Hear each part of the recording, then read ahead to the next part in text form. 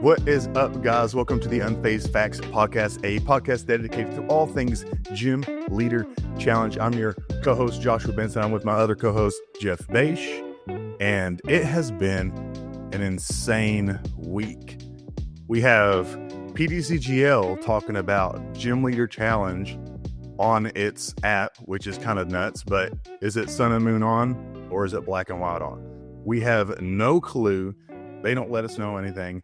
And then we got Duck Twin Energy and Double Colorless on the chopping block. Like, what the what? But we're not going to talk about that this week. You want to know why, Jeff? Big balloon animals? Yes, balloon animals. And we got an awesome podcast for you today about, everything coming out in Journey Together. Journey Together has been one of the most anticipated sets of the year for Gym Leader Challenge. Not so much like for collectors and stuff like that, but definitely for Gym Leader Challenge, because we got the big whale and the big snore to talk about, the big lax. Let us know down in the comments if we should rename the podcast to Big Belly something, like Big Belly Facts, something like that. It's got a bit of a ring to it. I mean, I think we should go with Cram's Attack instead. Just be like, hey, we're spickle fitting. Like, let's do it. Yeah. Much better. Fickle spitting? Is it fickle spit? Yeah, fickle spitting. Let's fickle spit up the pod. Fickle spit some facts for you guys, but we could rename Fick Attack to the Fickle Spit. Yeah, we could call it Fickle Spit. Fickle Spit. But anyways, we got Journey Together that we're going to talk about today, guys. Hope you're ready to get into it. Buckle up. And anyways, we got a cute Iono and Belly Bolt coming up for you guys to look at it. Look at that. Should have found the one with N that we could have put up there, Jeff. Oh, man. Yeah. We could have had Zoroark instead of Belly Bolt. I don't know. Which one do you like more? Great. I think I like Belly Bolt more. That's like Iono as like kind of like an annoying character. Like Iono's great. Just like you have to like love to hate her in a certain way. Like that part of the game is just annoyingly accurate, is how I would put it. So I really love that part of it. I know In is a character that a lot of people love, and so is Zoroark for that matter. But man, Iono just so annoyingly great. So I love that you put it up there. But trainer cards in general, Josh, I kind of felt let down a bit, especially not only from this set, but some of the previews that we have in the other set. Hops aside, which we'll get to later on. Yeah, just feel like it's been a letdown so far. I was so amped, and then here we are. Yep, I 100% agree. Like, all the trainer cards that have been coming out have been very underwhelming. I have not. They're really cool. I like the new aesthetic. I like that some of the old gimmicks are rolling out and some of the new gimmicks are rolling in. A big fan of trainers Pokemon. I always have been.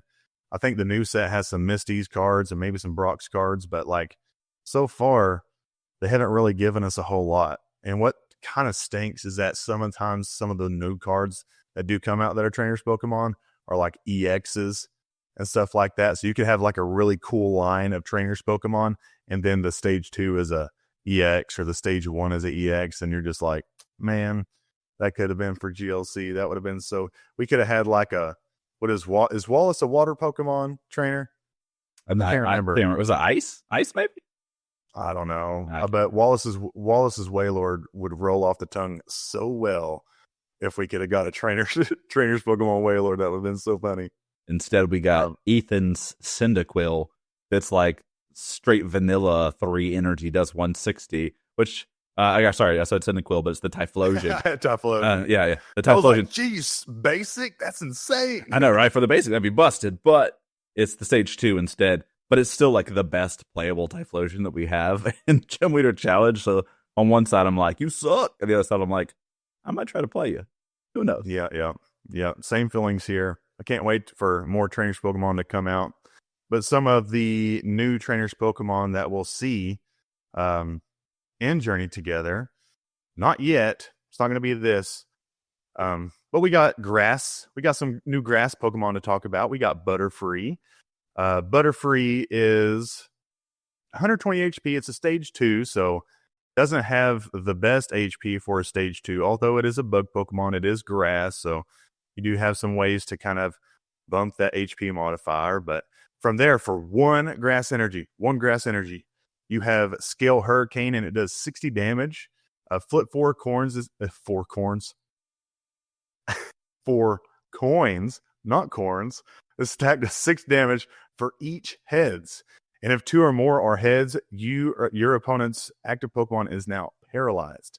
So if you do end up flipping 2 coins, that's 120 damage. And on top of that, you're paralyzing your opponent's active Pokemon. And then, if you do roll 4 heads, you're hitting, 240 and paralyzing, but you're probably knocking them out anyways, regardless. What do you think about this Butterfree, Jeff? Oh, yeah. The Wailord killer, baby. I mean, 240, that's so busted. I mean, you just got to get super lucky. Yeah, so good. So good. But the reason why you have to include this card on our list, again, probably not going to see like super, uber competitive play. But there's 2 things. First off, Coin Flip Grass is a deck that people really, really enjoy.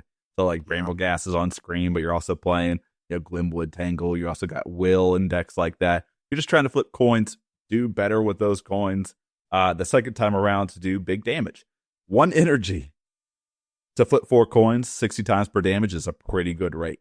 And then when you tag that on to what Butterfree has to offer with the Caterpie and the Metapod, they have the adaptive evolution, you can high roll and you can get this on turn 1 going second. I mean, that's kind of busted in and of itself. And if you're the type of person who's playing coin, flip, grass anyway, you're looking to high roll, baby. And that's all this card's going to be doing. So I really like this card. As a design, I like where it fits into an existing archetype already. I'm going to be playing it, Josh. Yeah, man. I mean, if you're really into letting coins decide the fate of your winning, go for it. I don't mind coin flips as long as something is like, this one is max 4 flips, but like Bramblegast is infinite. So I like, being able to find the Jungle Tone ability from Venusaur being able to double your energy count on top of Rillaboom being able to get 2 energy out every time and kind of just loading up that Bramblegas. But with Butterfree, you don't have to worry about those. You don't have to rely on those. You can just put that 1 energy on there and hopefully flip 2 or more. Paralyzation or whatever, what have you, in Gym Leader Challenge is actually quite strong because you do play, you tend to play less switch out cards unless if your deck actually like heavily relies on switching in and out of the active. A lot of the time you're probably going to play 2, maybe 3 max. And most of the time, like it's retreat cards like Float Stone or Air Balloon. You're not going to play too many switch outs. I know that Tate and Liza and you got Guzma that can kind of get you out. Yeah, Tate and Liza is like one of those conditional tech cards that you're like, it might be like more play style, but definitely most people are going to be playing Guzma. So you have at least that guaranteed switch out, but then that's 1 out of 60 cards that you got to get.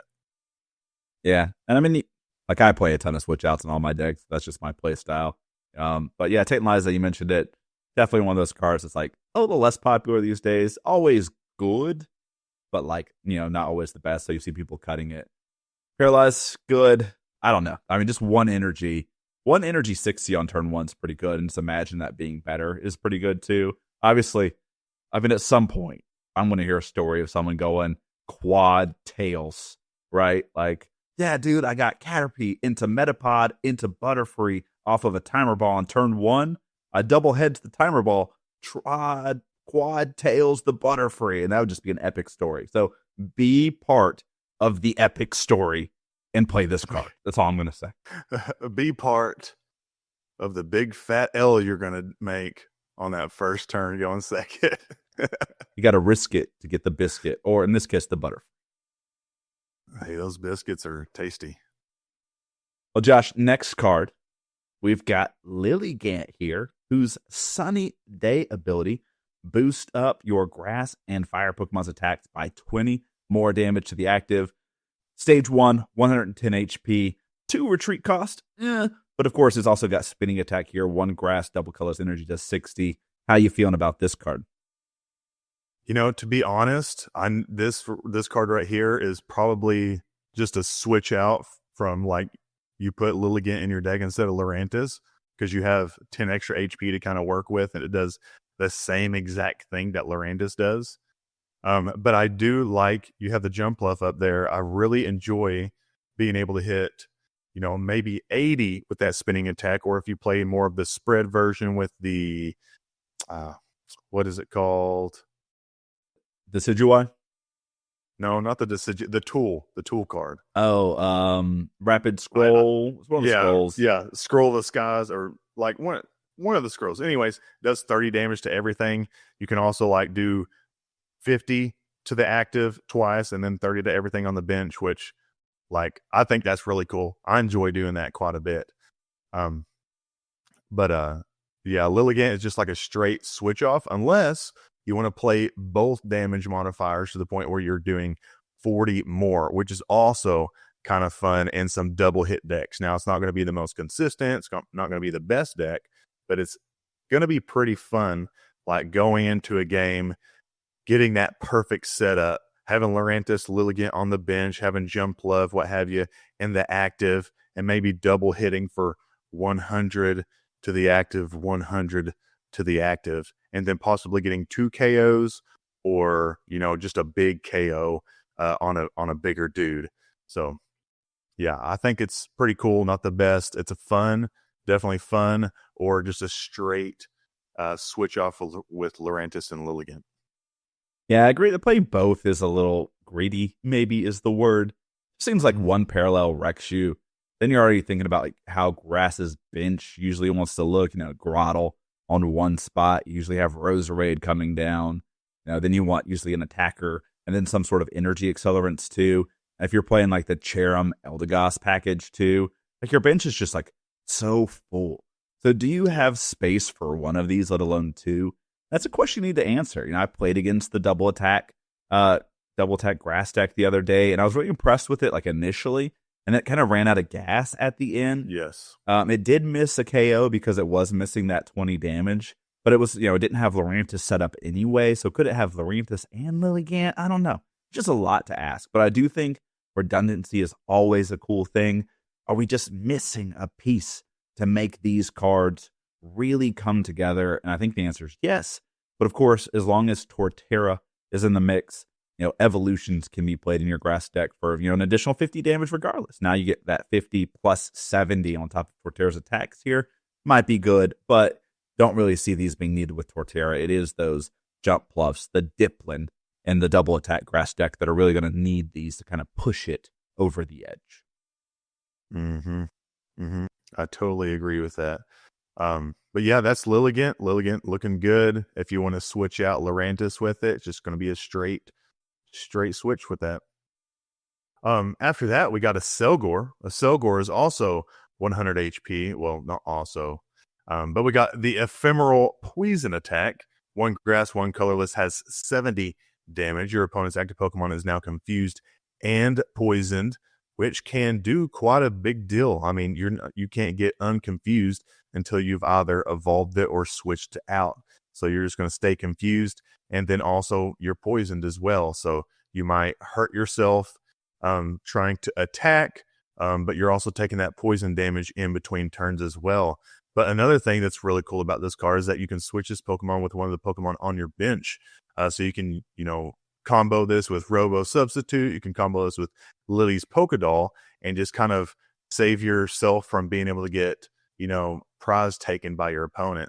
But I kind of like this card. I played in some pre-releases, or one pre-release, and I played against a couple of Selgor decks, and a Selgor really did quite the number in a format that had the new Snorlax in it, that had the new Cramorant in it and stuff like that. So, it was actually doing pretty well. So I wanted to put this on the list. You could play this alongside decks. I thought such as like a Hisuian Lilligant deck, or like a light spread deck where you're just kind of chipping away at little things and then coming in with a spreader to just kind of go, or maybe the other way around where you're kind of chipping away with some spread, get knocked out, and then start playing with the Selgor.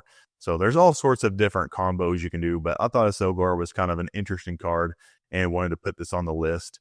And I mean, 70 damage isn't a bad attack, but if you have that Lilligant or the new the Lurantis, you're hitting for 90, and that's not bad. And then damage, poison damage in between turns kind of gets you going. Yeah. I mean, there's a lot of cool things you can do with that. I like this card as like a kind of a combo piece. Do I see it as part of the strongest grass deck ever? No. But do I see it as something I would definitely consider playing? Now, you mentioned Hisuian Lilligant as kind of a spread switcher. Both of these cards kind of had the same downside to a certain degree where you have to switch. It doesn't say may, at least the translation we have.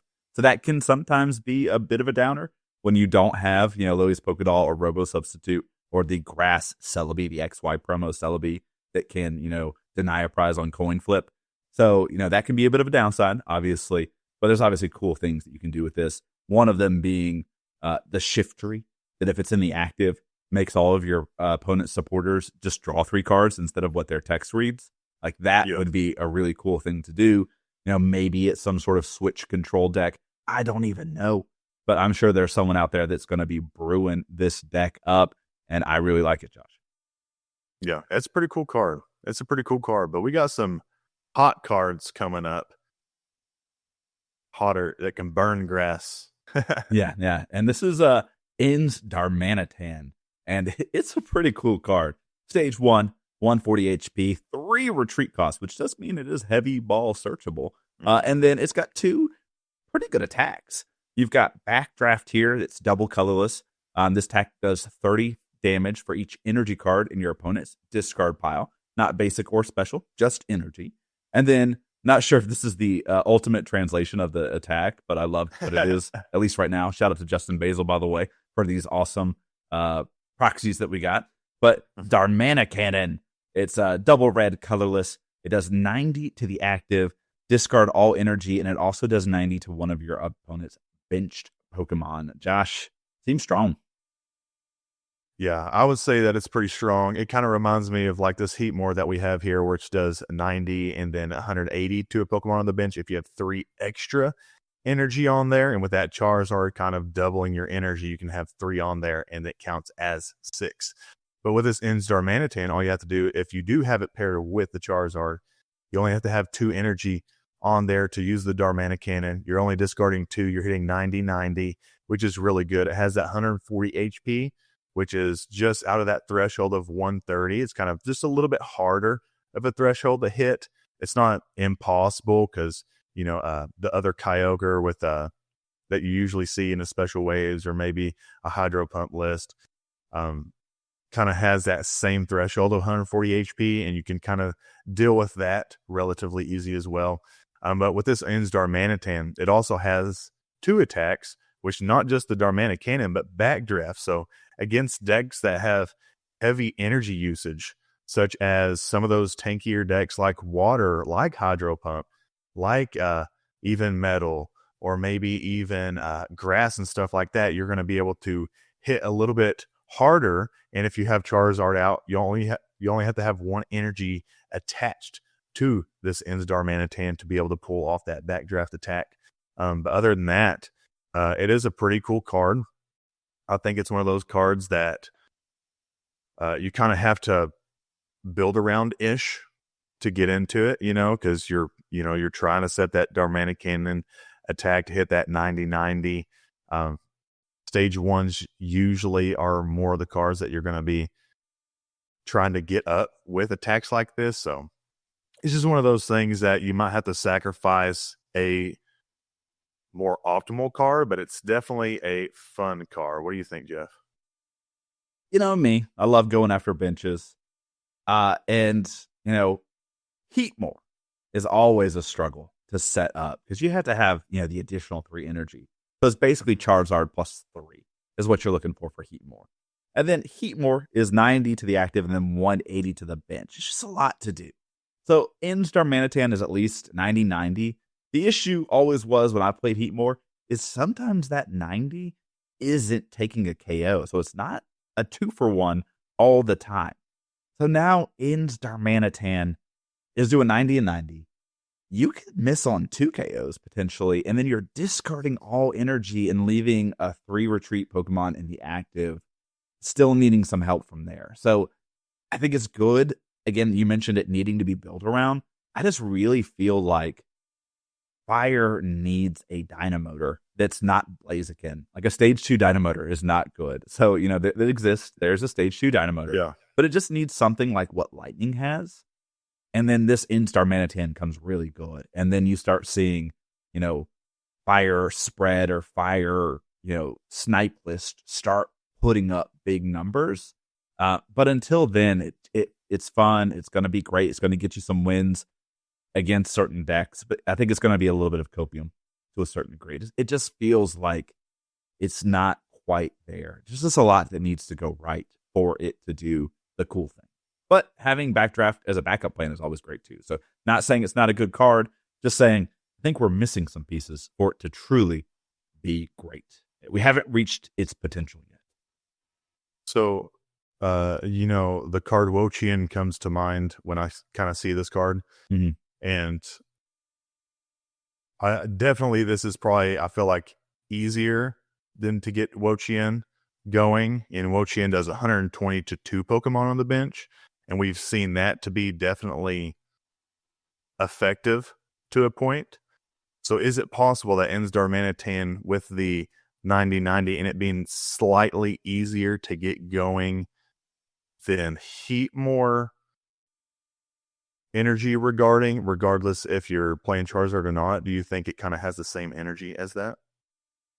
Maybe. I mean, I finally got to see Wo-Chien get played, in person. I've seen Z-Man stream it a couple times, so shout out to Z-Man Cuddles. So I'm going to credit for the Wo-Chien deck list. We know it's won Full Grip Games. I know it's won a league in Brazil. So, I know the deck list. But I got to see it in person the other day. Someone was piloting it, and I was like, this person was setting up plays and was, doing the things right that they needed to do to win and pull off this comeback, setting up Wo-Chien. And then the accelerator got, gusted up and beat down. And then Wo-Chien got gusted up and beat down. And there was just there was no backup plan. So I think that it's that same energy. Whereas if your opponent knows what they're doing, if they know how to play around it, they're always going to go after Charizard first. And if they hit Charizard, now you've got Heatmore and Instar Manatan in your deck. And it's just how do you pivot out of both of those things? I think Heatmore is the stronger card just because it's a basic. But, I mean, Instar Manatan can still be good. And again, I think it's going to be played. I think it's going to do really, really well. I just think it's the same weakness still exists. But again, same energy vibes as Wo-Chien, yes. Because when I saw Wo-Chien, I didn't think it was good. And now I do think it's good. So maybe Instar Manatan, I don't see it now. But someone's going to put those pieces together and it's going to be magical, Josh. And I can't wait to see it. Oh, yeah. And to put out that fire, we got Ludicolo. Oh, this Ludicolo. To get that HP, those health points out of range by adding plus 40 to all your Pokemon, plus 40 HP to all your Pokemon. It is a stage 2, 140 HP, has the Vital Sumba ability. Each of your Pokemon in a play get plus 40 HP. It doesn't stack, but that doesn't matter because you're not playing more than one in Gym Leader Challenge. But I mean, we see the same thing kind of in Grass, plus 40 with a Cricketune. It's stage 1. It should be better, but you don't see this played too much, do you? It's a really good card if you want to go super, super duper tanky in Grass. But in Water, kind of Grass and Water kind of have this thing that you mentioned earlier where they want to be so full of they already have so many different cards. And their bench is already full of all these different support Pokemon already. And Water has, the Inteleon line. They have Octillery. They have all these different support Pokemon. And then you have Ludicolo, which would be another stage 2 that you're adding on top of all of that just to put plus 40 on your Pokemon. And most of the time you're going to play that possibly in a tank and heal deck where that plus 40 really does matter, because the other decks usually you're not necessarily trying to add more HP. You're trying to disrupt in ways I know Seismitoad is usually trying to disrupt a little bit by making the Pokemon in the active position have to have a whole nother energy to attack. But Ludicolo, to me, is kind of it's not too great, but it's definitely a card that's in Water that is at your disposal. Yeah, I mean, yeah, for sure. I mean, when you look at the Cricketune, like one of the things that made the Cricketune so good was that the Cricketot was busted. Like I think Yeah, yeah. Cricketot's attack got you like 3 Pokemon to your hand or something like that. So like a lot of roll compression there. You had an extra good starter, and then you got to play into what grass does naturally, which is just have big, bulky boys. Torterra's 190. I think Rillaboom is 170. Venusaur is 160. So Cricketune is just sitting there protecting kind of your like, your important bench support mon, helping some of your, lower HP, but still kind of bulky because, Shining Genesect and Zarude are both 120, 130, somewhere up in there. So, Cricketune is great there. It's just like Hex gets rid of them. When the Cricketune dies, your HP goes down. Yeah. Someone Devolution TMs, and then like your entire board is wiped. And so the Ludicolo, I mean, like the same thing happens there. Like, do you need 40 more HP in what Water's already doing? I mean, Wailord is just, 30 damage reduction. It's just like Ludicolo plus a best attacker like in one already. So like, do you need another stage 2 to do this? I mean, it's got a good attack. I mean, Hydro Splash, 2 water, 1 colorless does 130. I mean, that's a pretty reasonable attack on one of your support mons. So there's at least that to it. I think if the other stages have something good going on for them, the basic in the stage 1, I don't even know what they're called because this is a line I've just completely skipped in all of Pokemon. But, if it's got good stage 1 and basic doing something, like maybe it sees play, but it's just like, where's the space, Josh? You touched on that. Where is the space in your already pretty good water tanky list? Oh yeah, I know. And I believe the line is Lotad, Lombre, and Ludicolo. Because I remember loving those guys back whenever I was playing Ruby version back in the day. I loved Ruby version and Emerald version and Sapphire. But yeah, Ludicolo is just not making a big splash in Journey Together. But you know what makes a bigger splash than that? It's a whale. This guy. We're gonna need a bigger It's a boat. whale. Josh, I'm going to read this one off and then let you just rip on it because this is the one we've all been waiting for. I mean, this is Wailord, Journey Together. It's got the Hydro Pump attack, all colorless, 4 colorless energy. Its Hydro Pump attack is 10 plus 50 more for each water energy attack. But the biggest thing about it is you've got 240 HP here naturally, no ability. And of course, 4 retreat costs, which makes it heavy ball searchable.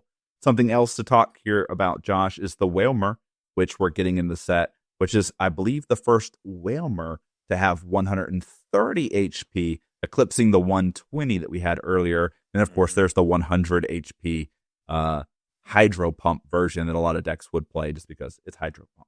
But Wailord, Wailmer, Josh, tell us all about it. Man, I just want you to see how handsome these 2 big boys are. They're so handsome with their beautiful smiles. They just got some brand new veneers, it looks like. It's perfect. They do pearly whites right there.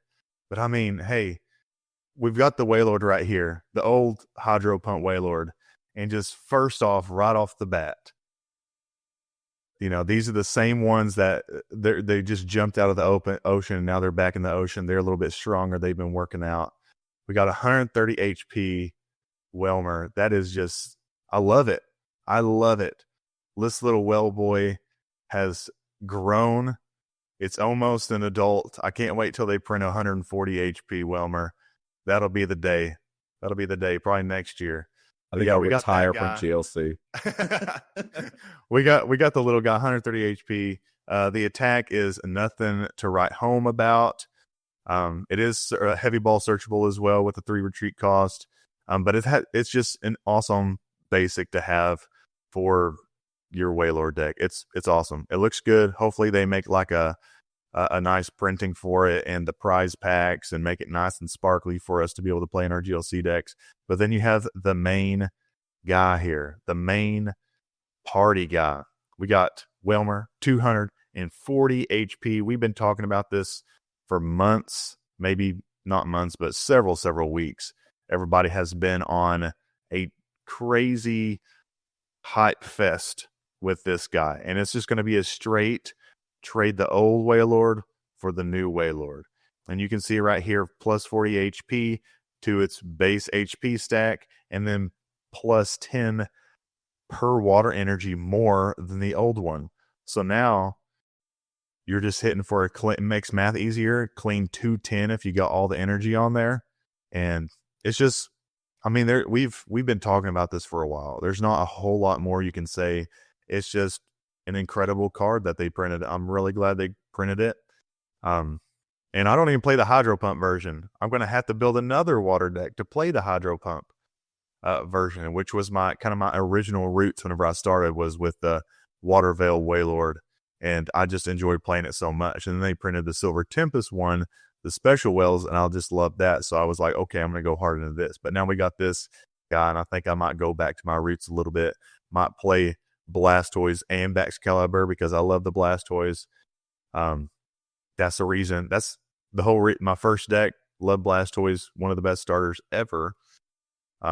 Yeah, this Whelmer doing some good work. Yeah, I mean, like now the only question, obviously, it slots straight into Hydro Pump, like you said. Like I've got my Fishy's Jump deck like right up here on top. Just gonna take it out. Goodbye, retire you. We're getting the new one. You better. All right, no question about that. Now the question becomes, before we were all worried about, the jumbo sized Wailord. Now, like, we're asking like which Wailord is better. And I know some of us thought, and I was a fan of the Hydro Pump Wailord, just because like Mimikyu is just such a menace in this meta of GLC that we have. So I always play the Hydro Pump one because that attack can't be copycatted. So I'm gonna go out on a limb here and just say new Wailord better. I think we should all play new Wailord. But I do think Special Whales still becomes a thing. Josh, are you going to be retiring your Special Whales deck? I know you're saying you're building another water one. Are you going to be picking that one up ever again with this whale, though? That's the question I have for you. Oh, 100%. 100%. I still love the special tag team Titans, man. I love it. I can't step away from it. It's like my comfort deck, You got your comfort show. I watch The Office. You got your comfort deck.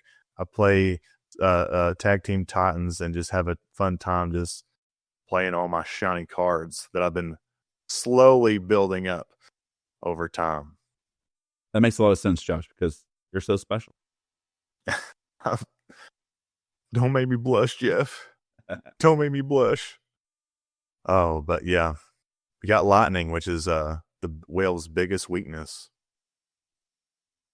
But we got Anos Kilo Wattrel, another trainer's card. Possibly underwhelming, you let us know, guys. But we got the Flash Draw ability. You must discard a basic Lightning energy card from your Pokemon in order to use this ability. But once you do, you can draw up to 6 cards in your hand. So it's very similar to Reverum and Metal, where you have to discard, but it's discard from hand and not from a Pokemon. But luckily we have, Dynamortars that can kind of help us out with that. But a lot of the time you're trying to, Lightning tends to be a little bit weaker. So you're trying to Dynamotor once, twice, and then an attachment, because it's like 2 to 3 energy. But if you have to waste an energy attachment to use this Kilowattrel, it might not be the best. Yeah. I mean, this card assumes a lot. You have to be set up. You have to have energy accelerants on board. I know that Magnezone has kind of shifted into a lot of people's eyes after Amazing Rare Raikou was banned as kind of like the best beat stick deck, at least that Lightning has to offer. So, there's just so many questions that need to be asked. You're going to be drawing up to 6. Is just discarding drawing 4 better with Zebstrika? And I think the answer is just always yes. And then the next question you got to ask, hey, Electrode exists. Drawing up to 4 unconditionally, is that better than drawing up to 6? And I'm not sure, but I do think that they are very comparable. Like, if you're playing Electrode, maybe Iono's Kilowattrel would be just as good. Then, all right, is it worth it to Dynamotor and energy onto this? Well, Lightning's got a lot of 3 energy attackers. So you're looking to double Dynamotor plus attach from hand, typically. If you got Magnezone, are you going to have that energy in hand that's necessary to do all of this?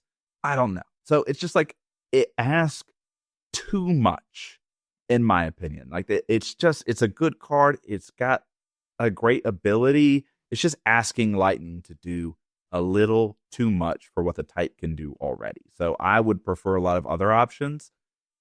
Yes, the illustrated art is awesome, is what I'll say. The card is pretty sweet. The fact that you don't have to discard is great. That's Lightning's biggest downfall. So, like, when you look at it from that perspective, like, I'm very tempted to play Kilowattrel. But in my heart of hearts, Josh, I know that this card was a little bit DOA because Zebstrika already exists, and it's the best thing we got. Yeah. What I was going to say, I did pull that special illustration rare at pre-release. I was pretty excited about that. It's so pretty. It is pretty good. I was like, man, and I'm kind of a fan of Iono. I just love the color scheme. You know, I always mention it. One of my favorite colors is pink, and anything that has any pink on it, just give it to me. You know, I got this pink cup right here. I'm drinking my water, stay hydrated. It pops. You know, my pink pop. Brewmate, if you want to sponsor us, we got an open spot at any moment in time. But yeah, this Iono's Kilowattrel is again just one of those underwhelming trainer cards that really don't give us a whole lot. And you said, you mentioned Electrode drawing up the 4.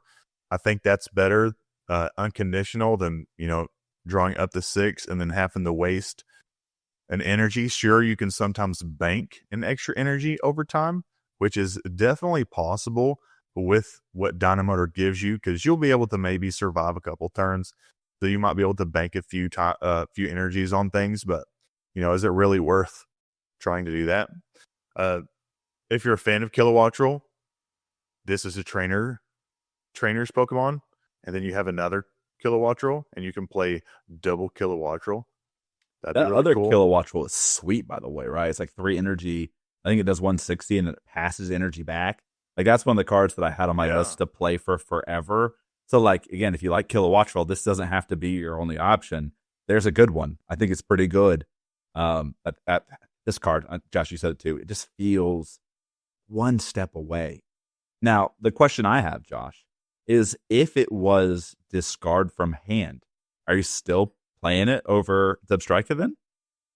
If it was more in line with what Revavroom does?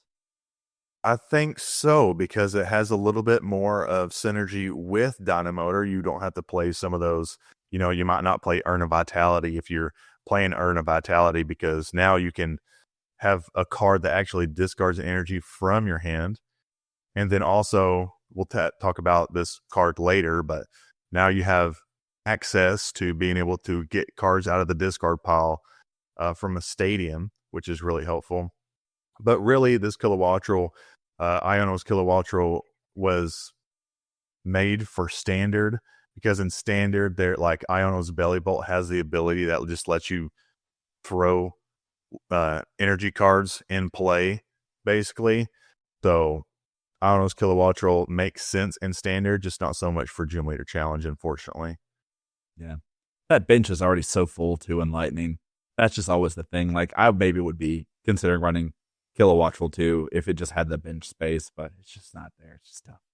I want that card to be so good. I'm like sitting here trying to convince myself to play it, Josh, but I just can't. The other Kilowattrel? Any of them. I mean, I like the other one. Well, I mean, if you could play it in like a Magnezone, well, I guess it doesn't go to hand; it goes to the bench. Yeah. It might be kind of hard to pull off quite a bit, but anyways, we got Lycanroc. Yeah, Lycanroc here. And Josh, I'm going to be honest, I was surprised when you included this, but I'm really excited to hear what you have to say about this, because I do like Lycanroc as a Pokemon. So Lycanroc here, 120 HP, fighting type, 2 retreat costs, weak to grass. It's got a pretty interesting ability with a card that we're going to talk about at the end of this segment. It's called Entangling Spikes. When you play this Pokemon from your hand to evolve, you get to attach up to 2 spike energy from your discard pile.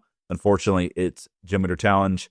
You can only attach 1. But there's that. And of course, Grabbing Fangs here does 40 plus more damage for each damage counter on your opponent's active Pokemon. What are you envisioning for this Lycanroc? So, like you said before, we'll talk about the spike energy later, but free energy acceleration. If it's in the discard pile, I was like, oh, there's some synergy there. We'll put it in there, which is kind of like an easy-ish thing. It's just unfortunate right now that fighting still doesn't have that consistency draw engine that can kind of put it up into the next level, which is kind of like why, like, there's not a whole lot of fighting cards that you're going to add into the mix just because you're like, well, it doesn't add consistency. Let's not add it. It has to be like an okie dokie to be really good and do something for fighting. We need something that helps draw or like does something cool for fighting. Fighting is one of those cards that doesn't really get anything. It's really overlooked in GLC as if they're looking to print for GLC, but that's besides the point. But it does have the for 3 colorless grabbing feigns, 40 plus damage, and it does 40 damage for damage counter that's on there on the opponent's active Pokemon. It's just kind of like I was thinking of just a wall breaker, kind of a later-ish card that you might use, and hopefully you got that energy acceleration from the spike energy whenever you do play it, and you can accelerate that. You got an attachment for turn, and hopefully you have a way to put another energy on there. If double colorless and twin are still with us, you have the ability to just kind of do that. Other than that, you have access to Raihan. You have access to like if you're playing this Lycanroc, you're probably not playing it with what is that Garganackle that accelerates from the discard or something like that. Garganackle, accelerates and heals 30. Yep. Yeah, you're probably not going to play the Garganackle with this card in that style of deck. So there's not a whole lot of acceleration besides maybe the pickaxe thing. But then again, you have to have some luck with that, which this card isn't a great card. It's not a bad card. It's a what if card. Like, what if I was able to do this? So that's why I kind of added it, was like, well, maybe if you play it in a Hitmon Bros deck and you kind of hopefully kind of finagle and just get some damage counters out, then you might be able to hit some big damage and take out some wall cards, Yeah. I need spike energy, which we'll talk about later, to be able to be played in multiples for this card to really catch my fancy. Yeah, I didn't include it in our initial take of what we were going to present to you guys tonight. And then Josh included it, and it was a card that I had kind of had off to the side. It was like thinking about including, but it just didn't kind of make my final cut. So when you included it, I was like, okay, cool, we get to talk about it and see what it would do. And I like your ideas for this card. It just requires a bit, which we know fighting can't get to, which again, I'm fine with fighting not getting a ton of consistency pieces, because fighting has an identity, right? Fighting is a lot of one energy punch in the face. And then you do have Cole and the ancient package outside of that too. So this card's kind of plays into that a bit. There's a third side of fighting a bit where it's these annoying abilities. We saw it with, is it the Glamora that can poison up to 6? There's what's the spike trap Pokemon called? I can't remember what it's called. It's off the top of my head. Is it the little fish thing? Yeah, Stunkfish. Yeah, Stunkfish. Yes. Yeah, I think it has if you attack into it, take X amount of damage thing. So there's this side of fighting that we haven't really explored, obviously, because that would probably require a consistency engine. But this could be part of that in the future. Again, it's just missing some of the pieces. We're talking about them now. Maybe in 5 years, what we're saying will be relevant. But right now, it feels a little bit of a stretch to be Lycanroc, going to change the world. But again, I like where our brains are at, Josh. Bro, I hope it's not 5 years. I mean, maybe by then we'll have Claydol. Yeah, we'll have a reprint Claydol. Man, they got to do it soon. It's coming at least. Something's got to happen. Something's got to happen. I mean, I'm going to save it for a quick attack. Did we talk about Claydol already in the quick attack? Was that one of our things? No, they haven't. Okay. No, we haven't. So hopefully we can. We'll hold off on that then. Yeah. But Metal got something really cool, actually. We got Magearna. It's a basic 90 HP Pokemon searchable through Level Ball, which is amazing. And then we have the Auto Heal ability. As long as this Pokemon is in the active spot, whenever you attach an energy card from your hand to one of your Pokemon, heal 90 damage from this Pokemon or from that Pokemon. So if you have, Metal has a lot of tanky Pokemon. And if you pair it with Magnezone or Energy Resets takes all that energy off of that Pokemon, and then you can Magnezone all that back onto that Pokemon. It has all that damage on there and healed 90 per energy that you put on there, which most likely will heal it all the way to full HP. But just so as long as this Magearna is in the active. So I know that Archaludon has, if there's an energy attached to Magearna, you can retreat for free, still have that on there, but also you have some synergy with a U-turn board and just different styles of like retreat as well. But you might, if you have this Magearna in your deck, you might play some more cards that have a little bit more of a switch effect. That way you do have the ability to be able to pull this off. Something that you can combo this with, I think. I just had this off the top of my head. You can use Malo and Lana to heal that 120, or maybe even just use it as a switch effect if you don't want to discard. And if you have the energy reset and the Magnezone out, you can do the full heal right there on the spot, which is something that you could do. But, other than that, Jeff, are you excited for this Magearna? Yeah, dude, I'm so excited about this Magearna. You mentioned so many positives with it. Obviously, the other positive is 1 retreat cost here. So, like, you mentioned Archaludon making its retreat cost free. Well, hey, a lot of these decks are already running a skateboard with their Jirachis in some capacity. If that Jirachi gets knocked out before you have a chance to throw in a skateboard on it, which is something that's happened to me quite frequently, now you have another target in your deck with it. Magearna is going to be one of your great pivots to have. And then also it's got a setup attack. I mean, draw 2 cards plus do 20 damage, not, blowing up the world, not busted by any means, but obviously nice to have if you're struggling to get set up. This energy reset combo, by the way, just happened to me on Wednesday. I went to my locals and someone energy reset in the Magnezone, and I was like, that is busted. So shout out to San at my locals for this. Did it, and I was like, what this would pair really well with? Magearna. Because sometimes you just need that energy back, and you need to reattach it, and it'll be great. Bronzong energy transfer was a list that I really tried to work with, and it just never worked. I think that this might be a better version of that deck. Metal is naturally tanky just because you got high HP basics, you got ton of damage reduction and HP boosting tools. You've got a lot of abilities that do the same thing. So like if there ever was a type where I wanted this to work out, it's Metal. The problem always is, can the type support something like this? And like Reverum is got to keep you afloat. Are you playing Matang in this list? I don't even know. If you're playing Matang, you're already playing probably Mallow and Cypher Maniac. So maybe Spike Draw ends up being like a bad teammates in comparison with those cards. So it's just like there's a lot of things that like are really cool about it. And then when you go to play Metal and put that into practice, you're like, is it working? Are those things that can actually happen? And most of the time I found myself saying no, but it doesn't mean I'm not going to try it. Yeah. And I agree with like, do you play Matang in this list? And maybe you don't, because you do have to have, you're just trying to get the Magearna kind of takes up a little bit of spots there. And then you have to decide, where is this deck going to go? Do I want to get energy out fast?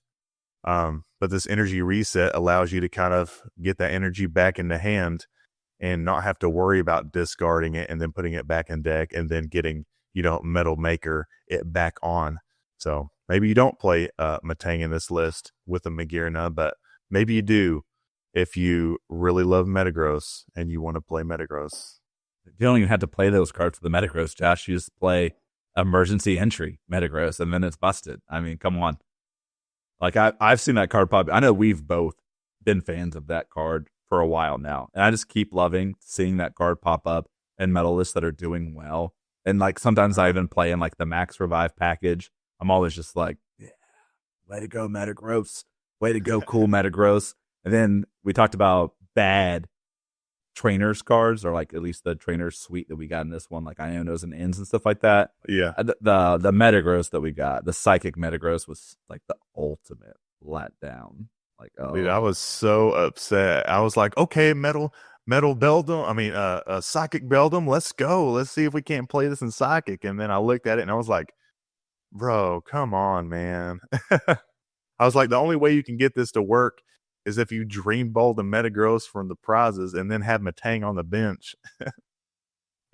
And then I think you have to have Matang and Beldum out, don't you, to be able to hit for that 170 plus. Yeah, it's just bad. such a letdown, man.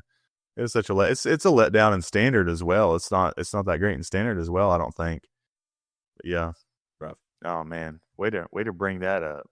Well, hey, way to mention Dream Ball, because we've got an unplayable, baby. I'm talking about Tyranitar, buddy. And Tyranitar, one of my favorite Pokemon in all of Pokemon. I mean, I just love Tyranitar, Larvitar, give me the Pupitar, give me them all. I have tried to play them in a weird fighting spread deck at some point. And then this Tyranitar comes out, and this Tyranitar is busted, baby. I mean, stage 2, 190 HP. You got 3 retreat cards, heavy ball, searchable, and then daunting gaze is its ability. While this Pokemon is in your active spot, your opponent can't play item cards from their hand. We've got item lock in dark. Then, for a dark and a colorless, Crackling Stomp does 150, and you mill your opponent. Discard the top 2 cards of your opponent's deck. I mean, where is the downside? Oh, yeah. There's no dark Larvitar or Pupitar, so you have to dream ball it out, chat.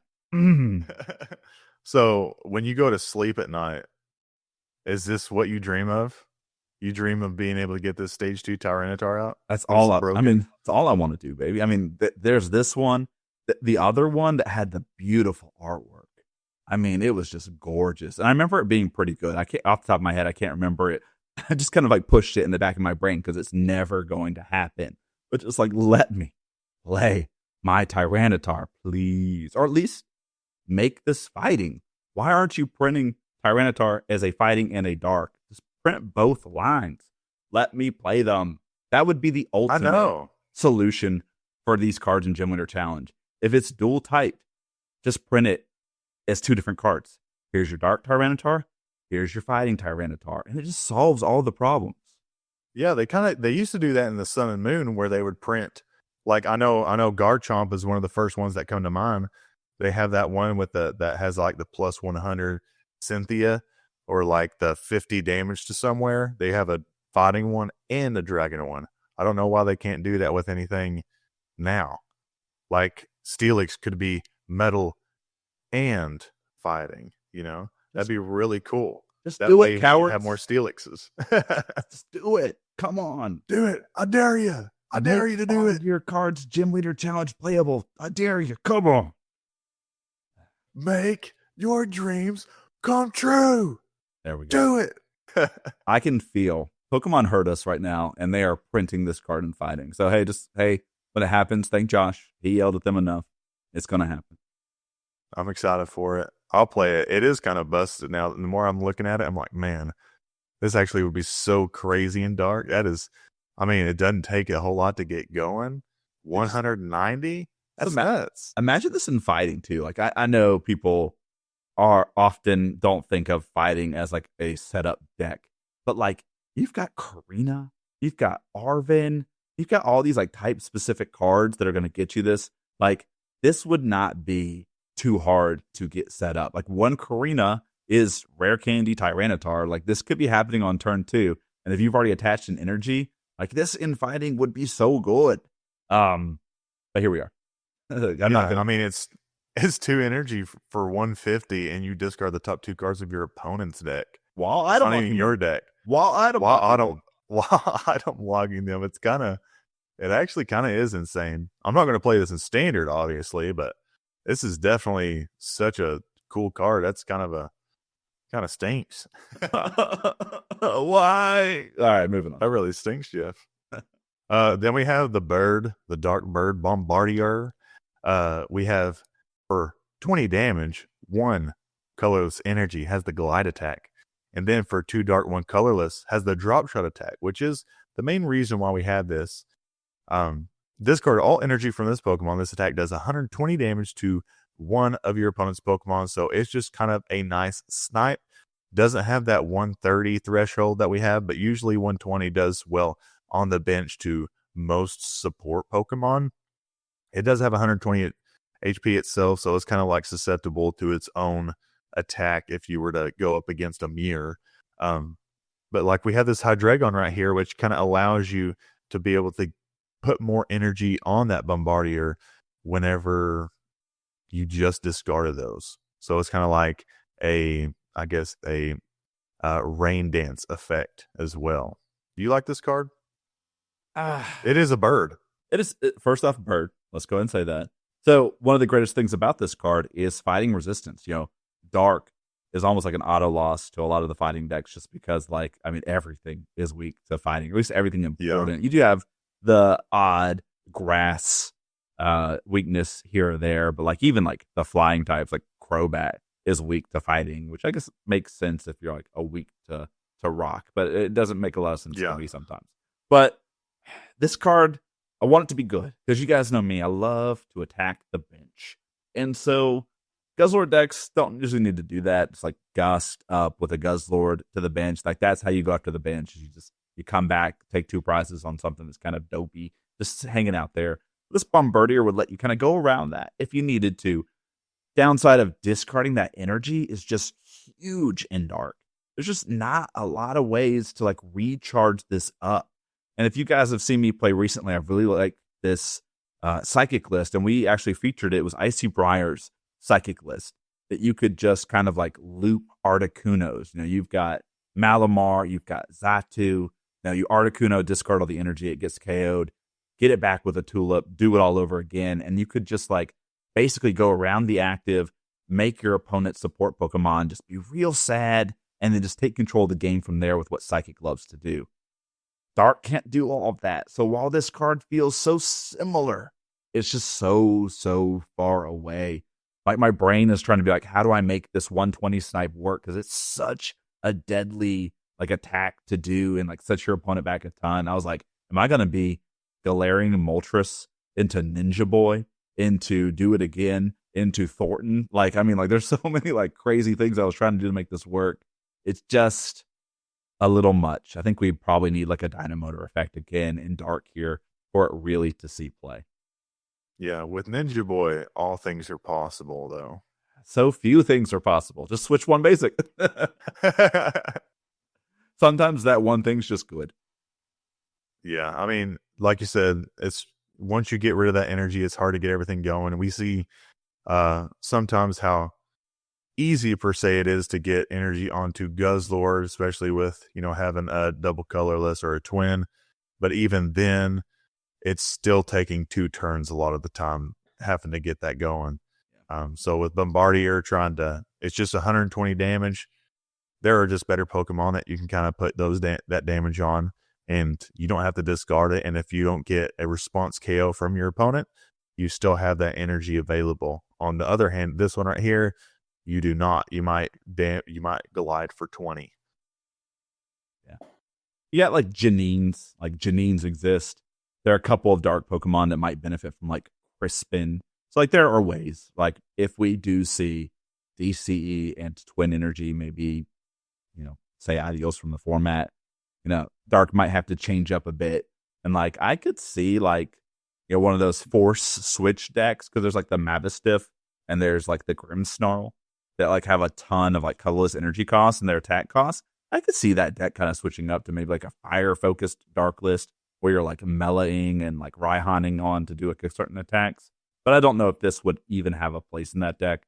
Just cool to bring up. Again, in the future, there might be a deck that really wants this. So just keep this on your brain. I see it going places just down the road.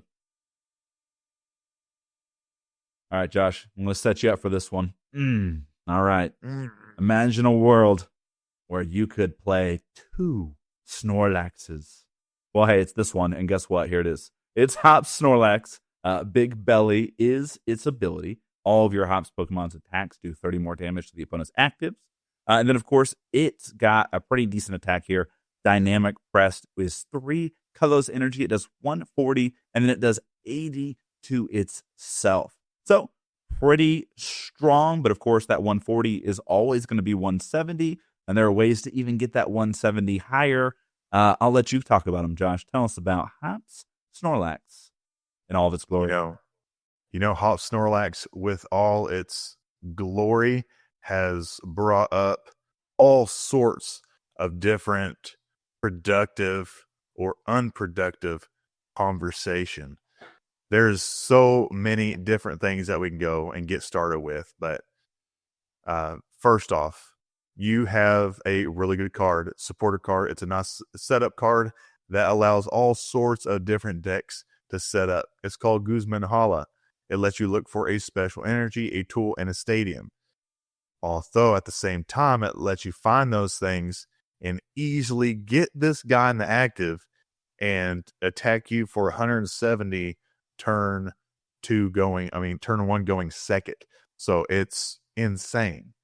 And then beyond that, it gives 30 extra damage to itself as well as to its other counterparts that we'll talk about here later. But what's kind of funny, though, whenever you do attack, you're doing 80 damage to yourself, which after that, if your opponent is playing anything that can attack for 70 for one, such as a Fanrotom or what have you, you can response scale the Snorlax pretty quickly, which might balance it out quite a bit. I remember whenever it first got announced, the translation was wrong, and it said something like heal 50 damage or something like that. And I was like, oh my goodness. I still have it screenshotted, and I was like, wow, this thing is actually like insanely busted.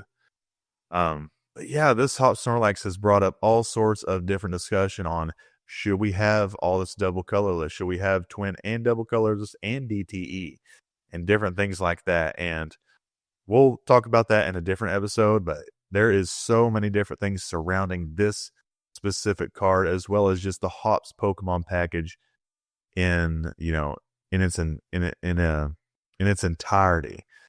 But yeah, this boy is just big. He hits big. He helps his other guys hit big. He's just a good friend. Yeah, he's the biggest of friends.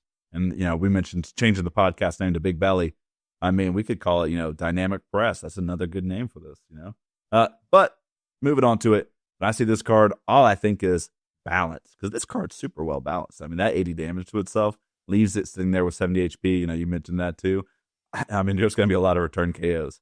One of the things that makes Snorlax, the other Snorlax, I should say, Unfazed fat Snorlax, kind of difficult to deal with is the downside of its attack is negated by therapeutic energy a lot of the time. So there is no downside. That's just straight 180.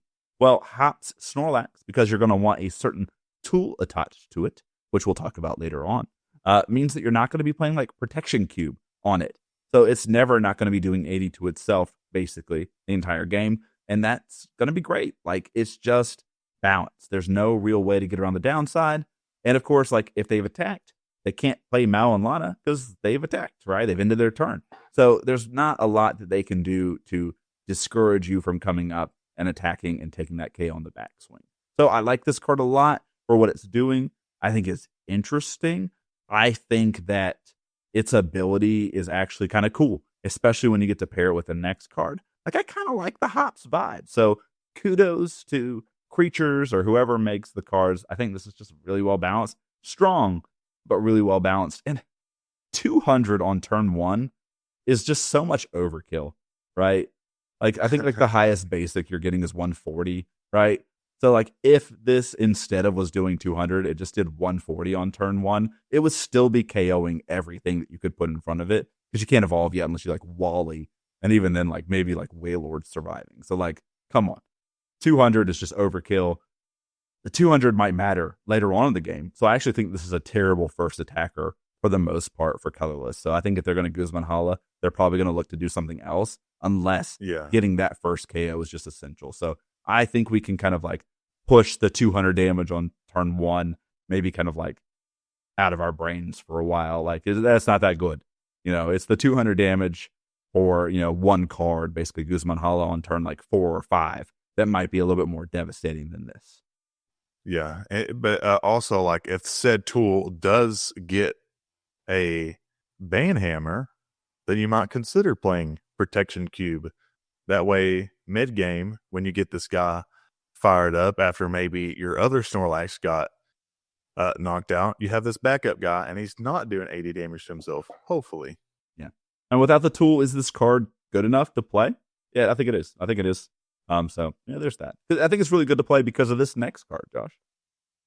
Oh, yeah, and this next card, in a world where you can fickle spit, we've got Hops Cramorant coming to you in 1 week. So this Friday, hopefully this podcast is here by Tuesday or Wednesday. This Friday, Journey Together is going to be out, and we're going to have Hops Cramorant in this Hops package and all the wonderful Journey Together cards. Has 110 HP, which usually all Cramorants have like around 110 HP, but it has the Fickle Spit attack for 1 colorless energy, does 120 damage, but only if your opponent has exactly 3 or 4 prize cards remaining. So your opponent has to have 3 or 4 remaining, no more, no less.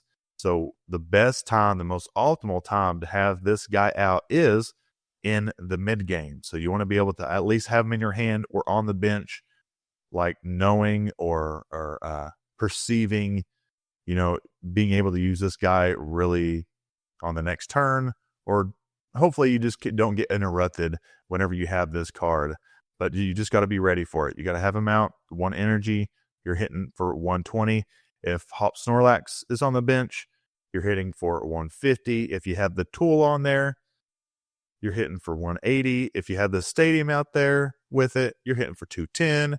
And I think that's max. But still, that's pretty hefty for 1 or no energy. Yeah, I mean, that's really the plus side, right? Is like you just get kind of a turn where if you have the Hops tool attached to Hops Cramorant, where you get to kind of push your attachment somewhere else.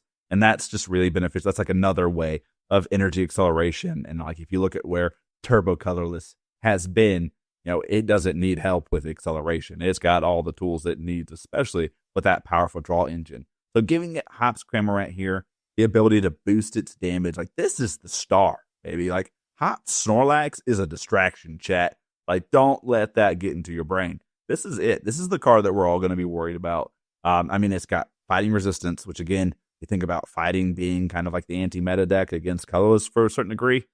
They got some flyers in there, baby, and this is one of them. And it's going to be doing work. I mean, it KOs almost everything in Hitmon Bros from there, and basically lives through almost anything as well, too, except maybe an Okidogi. So this card, really strong, really powerful. This is the card I'm worried about. You mentioned the tool maybe being on the watch list, or a card that we're kind of concerned about. I kind of like the tool. I mean, like, I think it's really strong and powerful, but I really like it with Hops Cramorant. So this is like something I want to see stay in the format. I think it's really interesting design space. I'll say that. And of course, Fickle Spit, new favorite attack name. Yeah. I mean, hopefully we can, play with the card for quite a bit to see what it does to the meta before we, get rid of it. Unless if it's absolutely OP like we've seen in the past. But right now, so good so far. Don't have to worry about that. But yeah, Hops Cramorant is going to be a pretty cool Pokemon. Oh, yeah. Now, this next one, Josh, I'm excited to hear your opinions on because I am a little torn about how good it is. And that's another Hops card. It's Hops Double. So 120 HP, 2 retreat costs, weak to fighting, and it's got the ability Challenge Horn. Basically, bosses orders on evolution.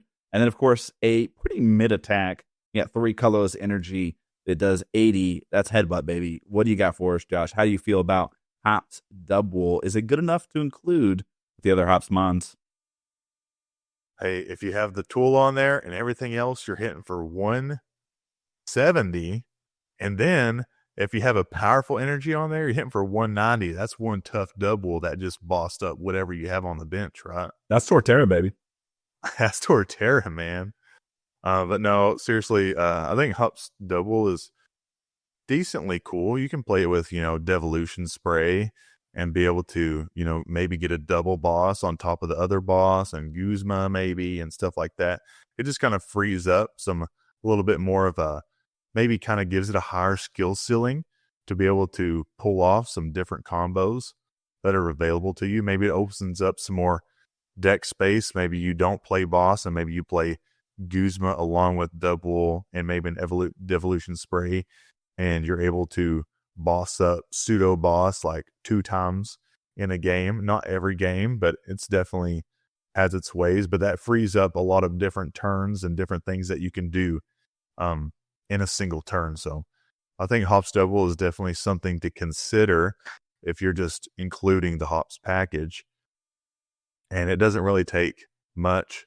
I mean, I think Chinchino's a good draw card, but most people really like to just play the Squovit and the Bibarel, being able to just kind of put your hand at the bottom of the deck, draw up to 5 with Bibarel, and just be able to do that turn after turn. So I think Hops Double has the ability to fit in a variety of different colorless decks.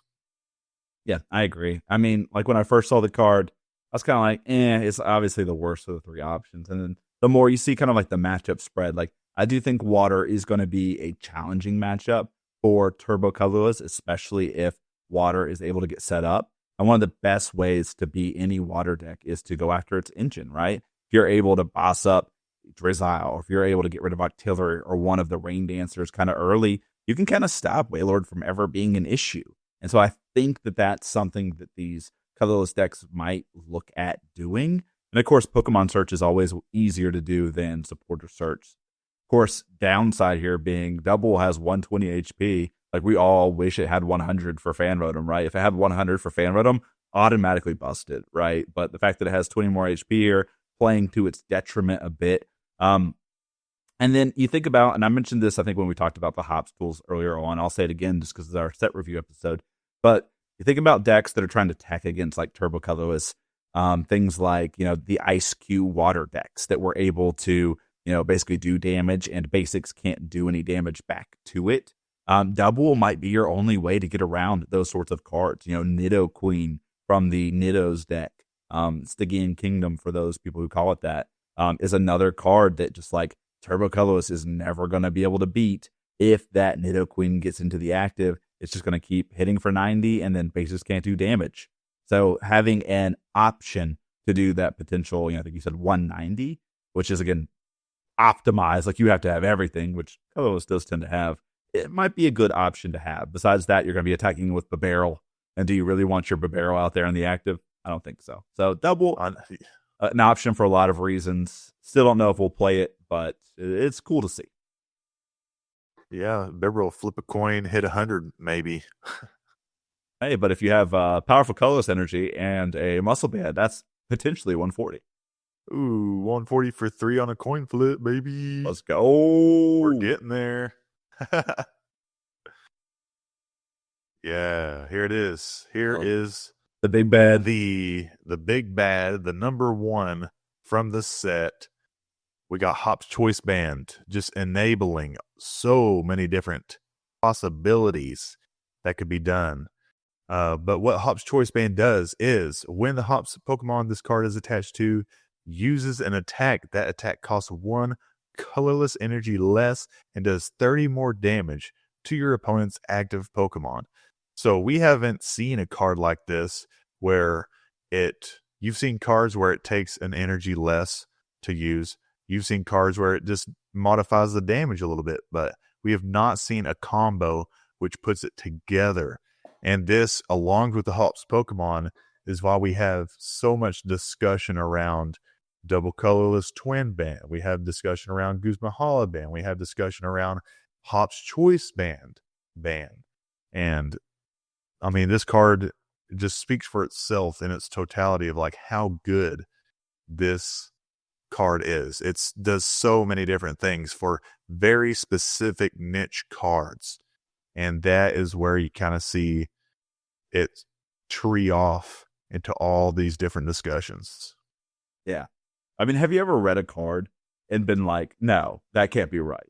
And then you're like, okay, cool. It's a proxy. They've mistranslated it. Like, it can't be 30 more. It's got to be 30 less, right? That's an acceptable trade-off for something costing 1 less energy, right? We saw it with the double turbo energy, right? Like, very balanced card. 2 energy, but you do 20 less damage. I'm for it. No, I mean, where is the downside with Hobbs Choice Band? You have to play 2 pretty good Pokemon in your deck. I mean, like, that's it. Like, you have to have Hobbs, but they're good. Like, you're gonna play them anyway. So, like, Hobbs Choice Band is just busted. Just busted in every way. And again, you mentioned the band, right? Like, what would you rather see in this format? Like, would you rather see double energies being something that pops up? And of course, if you don't understand what we're saying about potential bannings of double colorless, go back and read, I think, in the Tricky Gym and the Cardboard Warriors Discord, and we'll talk about it more later on. But like this is just, this card's unique, and I like this card a lot. And so I want this card to kind of stay in the format. I like what this card would do with colorless decks. It seems absolutely busted to just play this card. But I think if you were to take some of the other tools that colorless has away, then this card's just like good. And like it would be cool and creative to see what some of the decks would do while they're playing Hops Choice Band and the Hops package. So it's good. It's busted. It might be too strong, but I really want to see what it plays out like. And I want to Fickle Spit for free. That's all I want to do. Fickle Spitting for free. That's nuts. I mean, and you're hitting for 150 for free. Just absolutely insane. But I remember that night whenever cards were being revealed, and we were focusing on a couple choice cards like the Wailord, like the Snorlax. And I was like, I said something like, has anybody read this card yet? Because I hadn't seen anybody post on the tool. I was like, has anybody read this card yet? Because this is crazy. I was like, this is a card that is going to spur up a lot of different things. We were all just so focused on the Snorlax, like the name Snorlax, which was like, oh yeah, there's another Snorlax to get to play. It just felt like for like the first 24 hours, no one had really read this card, or at least maybe had the same reaction I did, where it's like, there's no way that these two lines of text are possible together. And it still just blows my mind, right? Like, why and how is this possible? So I don't know. So we'll see. I think it's strong. I think it's good. I think it's going to be something we're all going to be seeing. I think it's going to be all over the 1K. I think that's what we'll really, really see. Like the 1K and Atlanta regionals that are coming up in a couple weeks. I think you'll be hard pressed not to find a colorless deck playing Hops Choice Band with those 2 Hops Pokemon, and then maybe a double. So I don't know. But that's what what's the usage rate going to look like? And then how oppressive is it? And then how does it play into those 3 and 4 price turns with the Fickle Spit? Because that's the really busted part of it. Yeah. And you mentioned, don't like this package being played at the 1K, but you also thinking about it as well. Like, you would expect people to play the new stuff. Like, I wouldn't want to play that because I'm like, this is going to be a target on your back. So what if, you have the people thinking water and colorless are going to be the heavy hitters on this one because of the new Journey Together cards. Well, what counters that? It's going to be most likely lightning, most likely like maybe a lightning spread list with Electivire, and then like Hitmonchan or those type style of decks, which would make me want to play Psychic like as a meta call, because the counters are going to go to colorless and water, and you might not see as many of those because people expect that target. I'm just kind of like theoretically thinking here.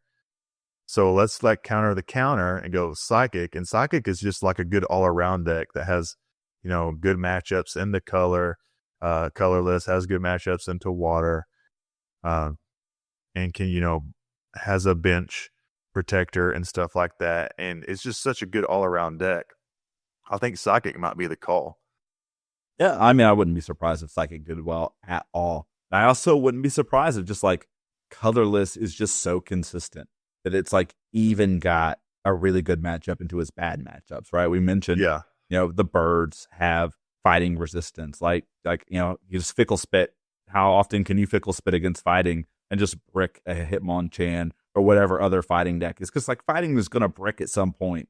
and they're going to lose to a colorless deck. We saw at UIC, right? The Hitmon deck played into colorless and lost. It just happens. It happens more often than you think. And then, like Lightning Spread, is Zeb Strika's prize? That deck is just kind of out there if they can't filter through their cards. So, as always, and I know that when we had Ben Morse on, he said the same thing. It's just like consistency over the course of 8 or 9 rounds is just going to be so important. Psychic is definitely a good call because Psychic has such a good matchup in the water, and it also has a pretty good matchup in other things. It can struggle into colorless just because of those numbers, but it can put up a fight with the best of them. So that would be one. I would not be surprised if all day we're watching the Tricky Gym stream and we see colorless, Psychic, water all being featured in some capacity. So something to think about if you're metagaming for the 1K coming up. Of course, everyone's just going to play their best too. Like, they're going to play their favorites, Josh. So, like, is metagaming even worth it? Like, just play the deck you like the best. Or the deck that you have the most practice with. That too. That should be. Yeah. Yeah, you just never know what to expect at these big tournaments. Dude, I thought Metal Zone was dead, and then I showed up in my locals and got energy reset in the Magna Zone. I was like, this is sweet. I'm so glad it's happening. But like, you never know what to expect in Gym Leader Challenge when people are just like kind of brewing and bringing their stuff. I mean, I sat across from a Wo-Chien player too. It's so great. That's the greatest thing about this format is even though Hop's Choice Band exists and we're all sitting here being like, this card is straight busted, we're all like, yeah, but I'd rather play a Selgor into Lily's Pokédoll. I mean, that was way more stunning to me than this right here. Yeah, take that 70 damage, confusion, and poison, man. I KO's a Snorlax, a Hop Snorlax in the backswing. So you know what? 100%. 100%. Good on my books.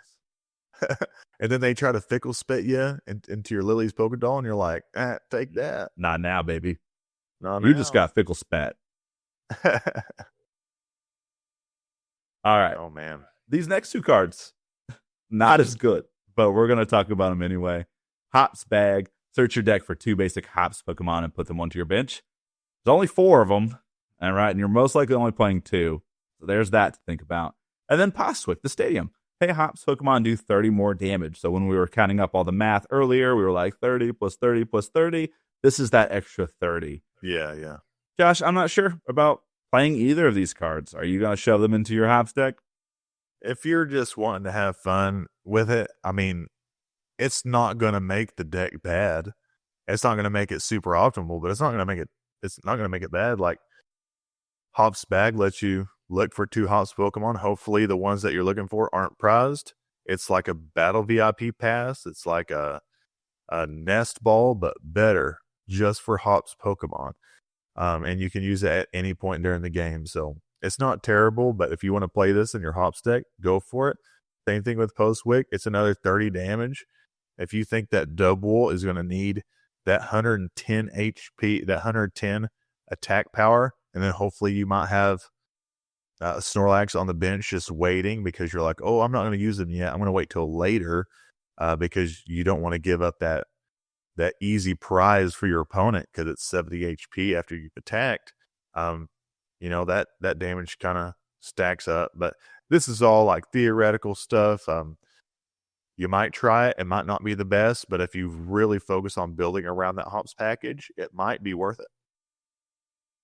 Yeah, House Bag seems a little mid. I mean, obviously, like, you get 2 Pokemon off of it, but like, I think Battle VIP Pass is maybe a little bit more flexible in the early turns, and then like you're probably not playing Buddy Poffin in these decks either way. So I just don't know. Hops Bag, it could be good, it could be bad. I don't know. You decide.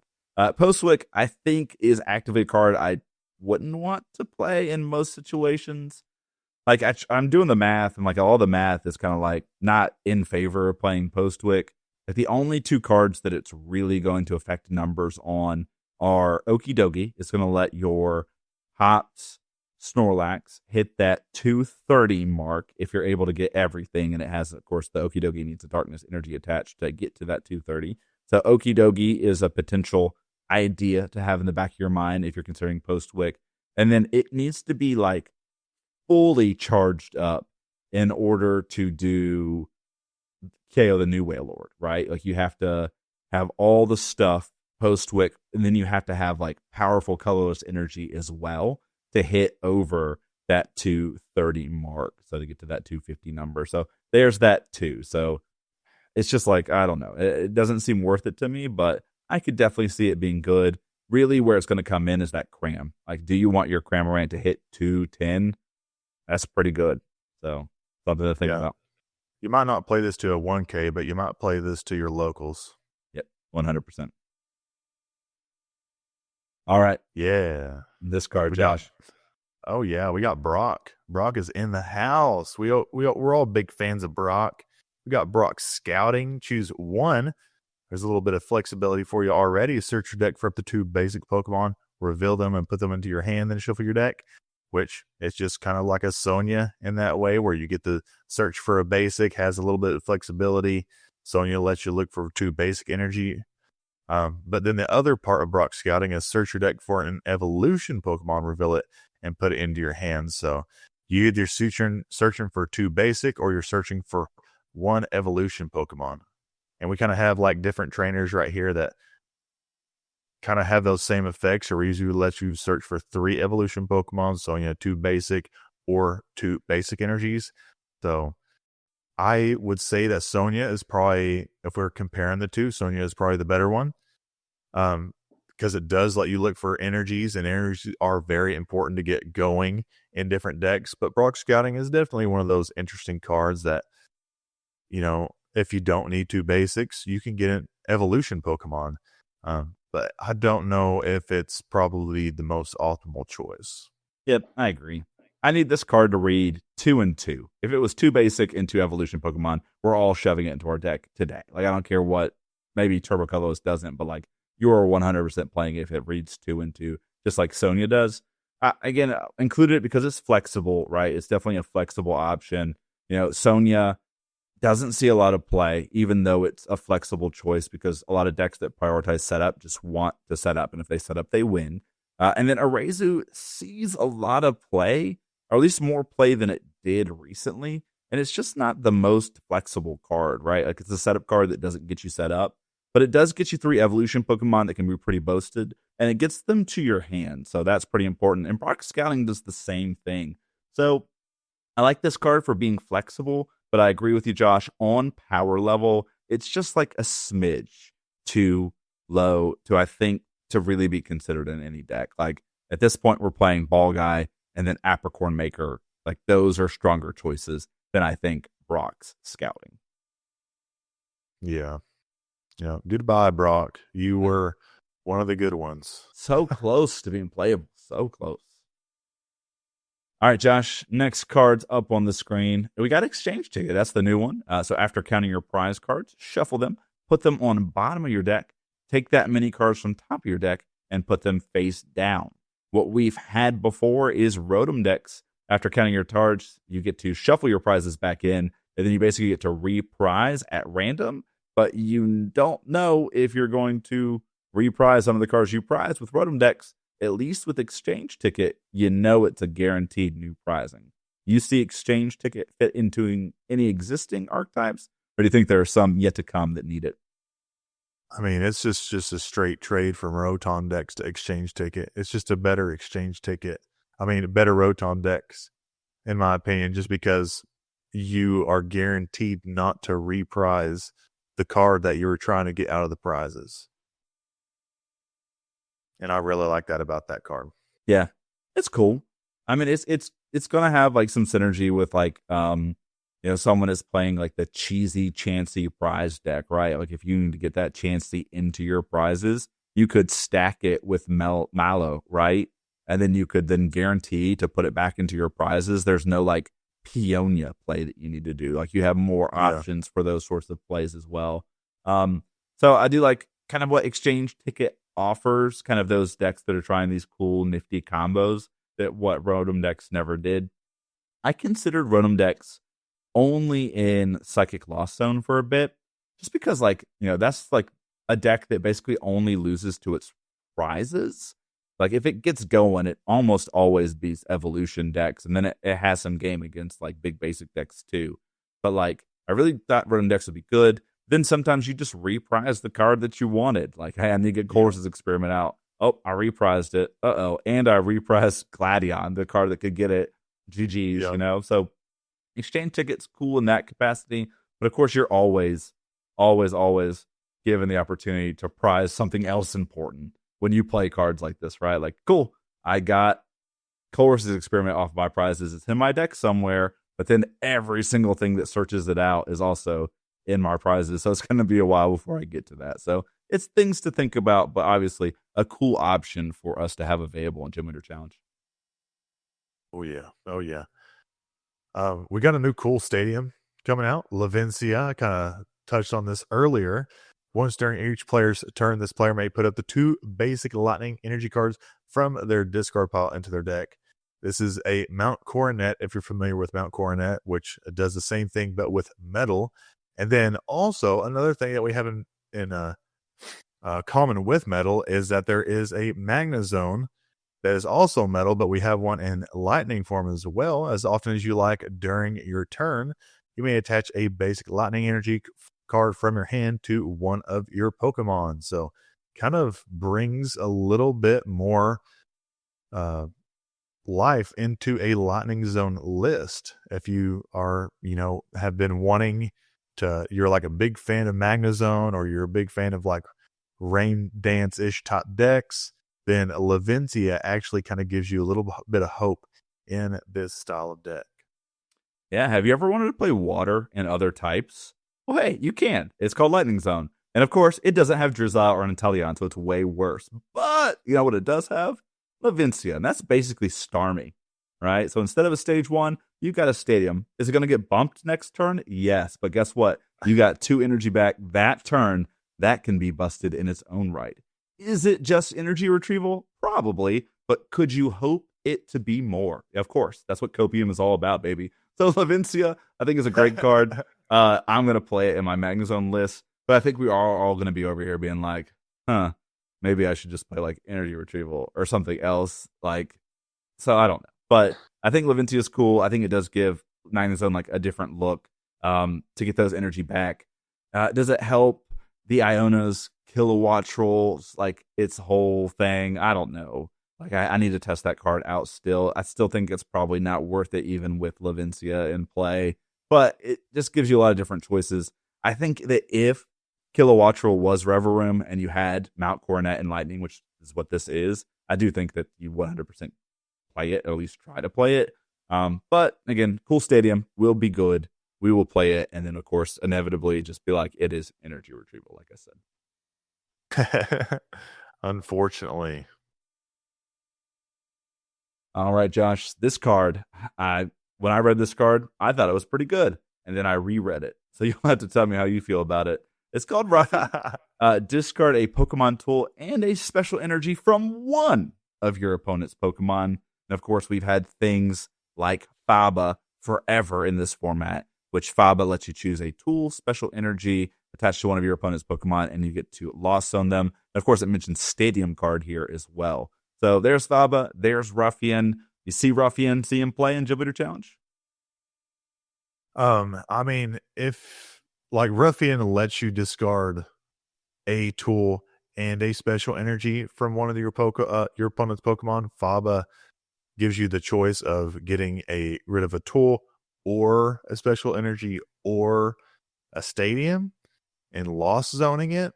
Which, if you're in the business of lost zoning things and you really like lost zoning things and you're not playing Lost Zone, Faba is like a go-to.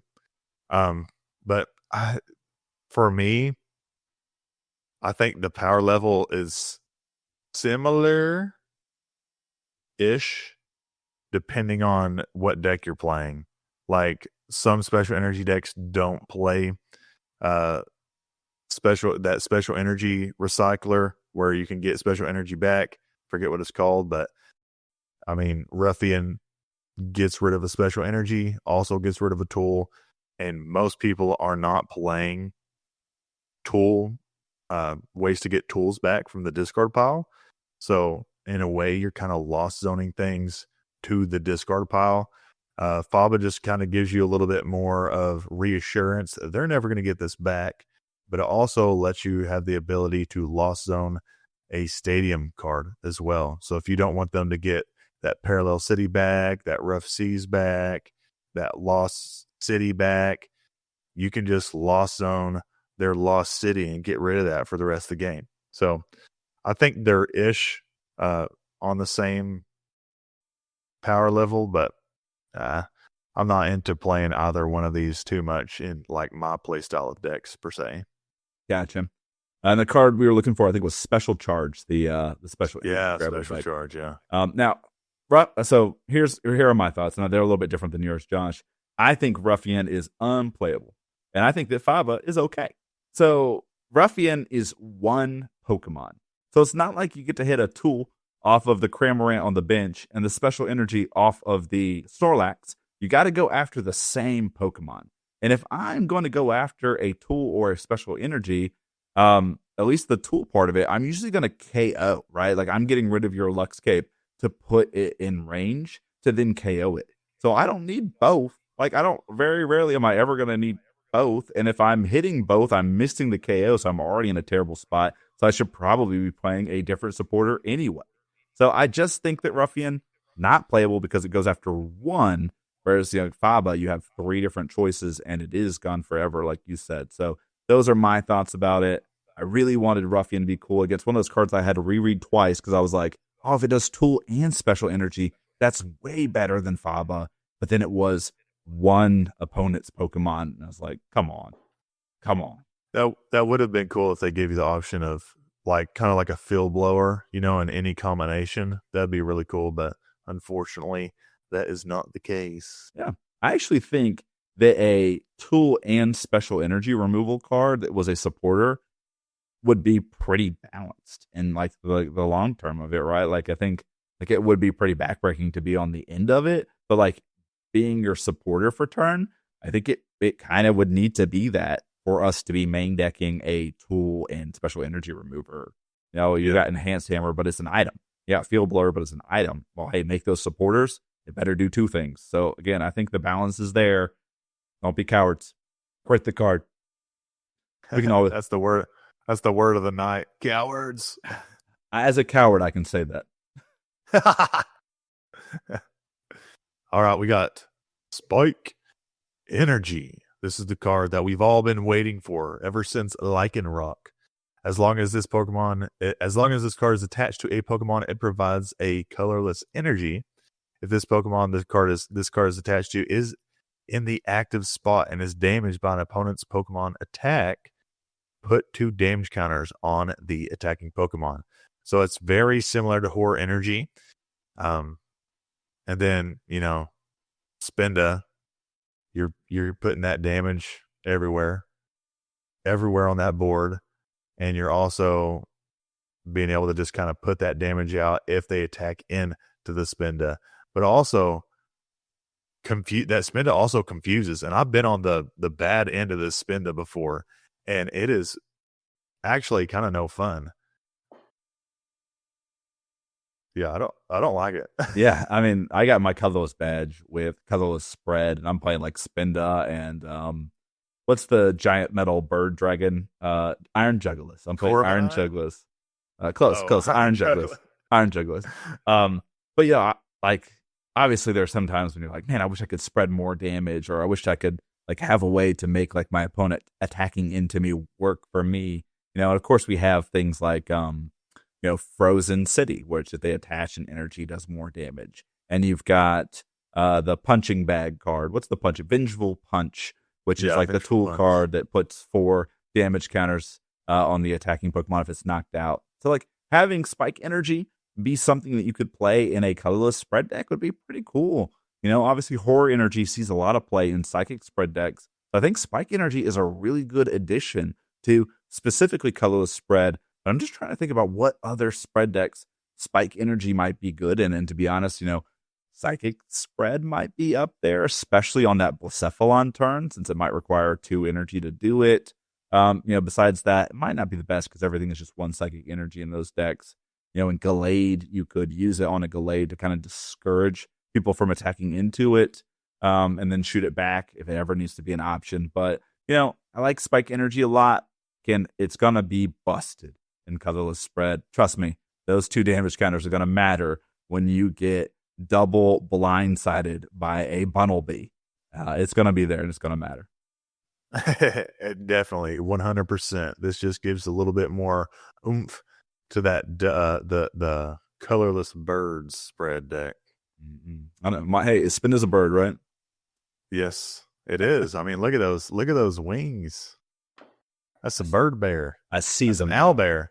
It's an owl bear. Spin is an owl bear. Oh yeah. So brings us to the end there. Yeah, that's it. That's all the Journey Together cards that we got for you guys.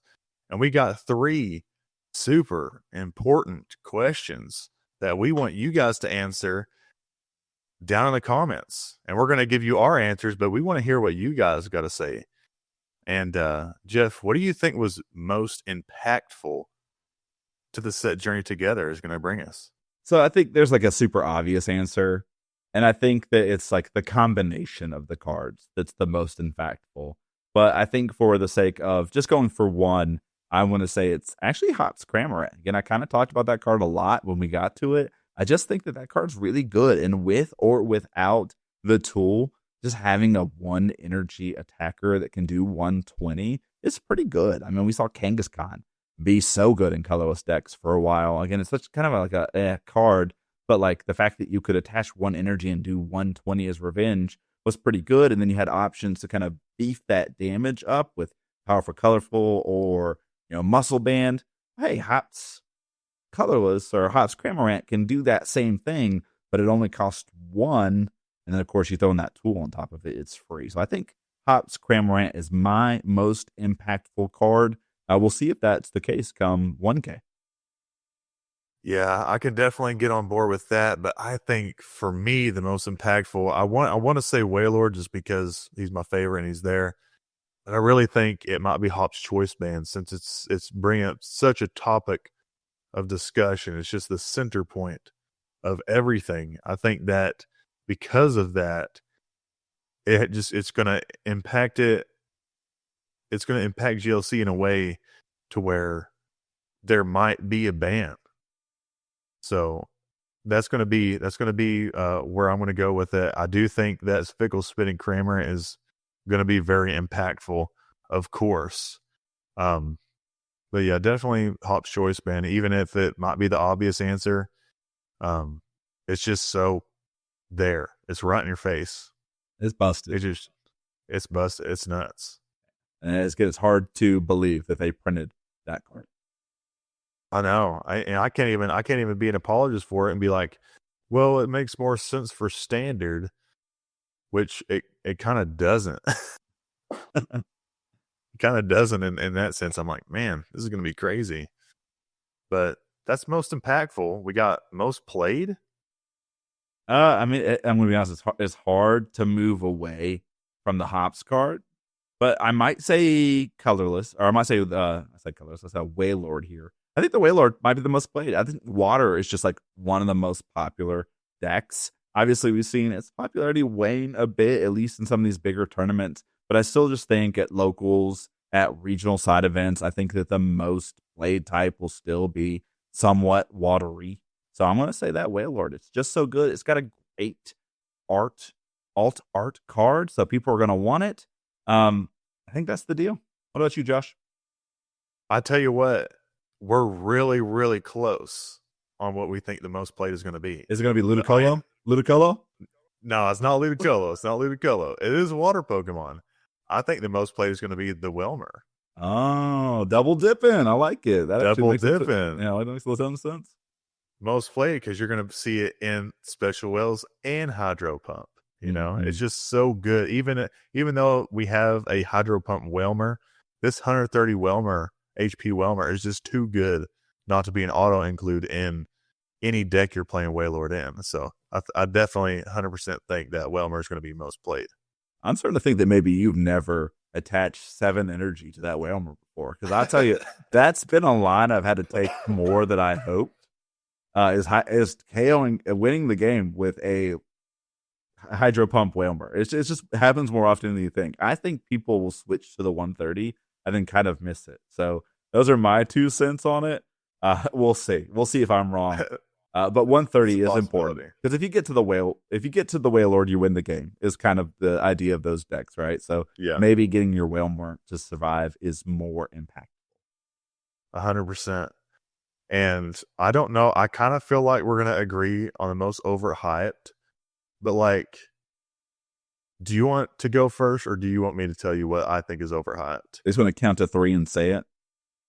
Yeah, and we'll go 1, 2, 3, then go. Okay, all right. Okay, 1, 2, 3. Iono's Kilowattrel. What did you say?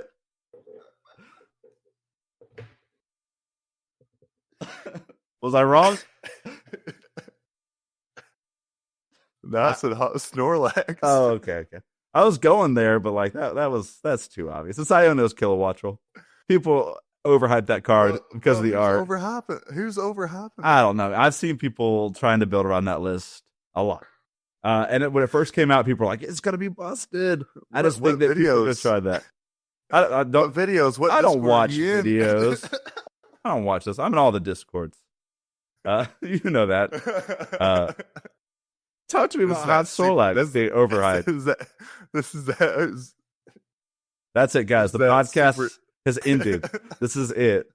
Josh and I couldn't agree on overhype. This is it. It's over. This is the super secret Discord that nobody knows about. It's just mine. Kilowattrel. I just shout into the void. Kilowattrel's so good. I think I've killed Josh, guys. I'm sorry. It took me out. I've killed Josh. Me out. He was so sure that you were going to say the same thing. Well, I was. Now you got to ask yourself, did Baisch just troll me? I know. That's what I'm wondering. All right. Tell me about why you think Hop Snorlax is overhyped now that you've rejoined the living. All right. I think it is overhyped because at some point, hopefully there is no ban.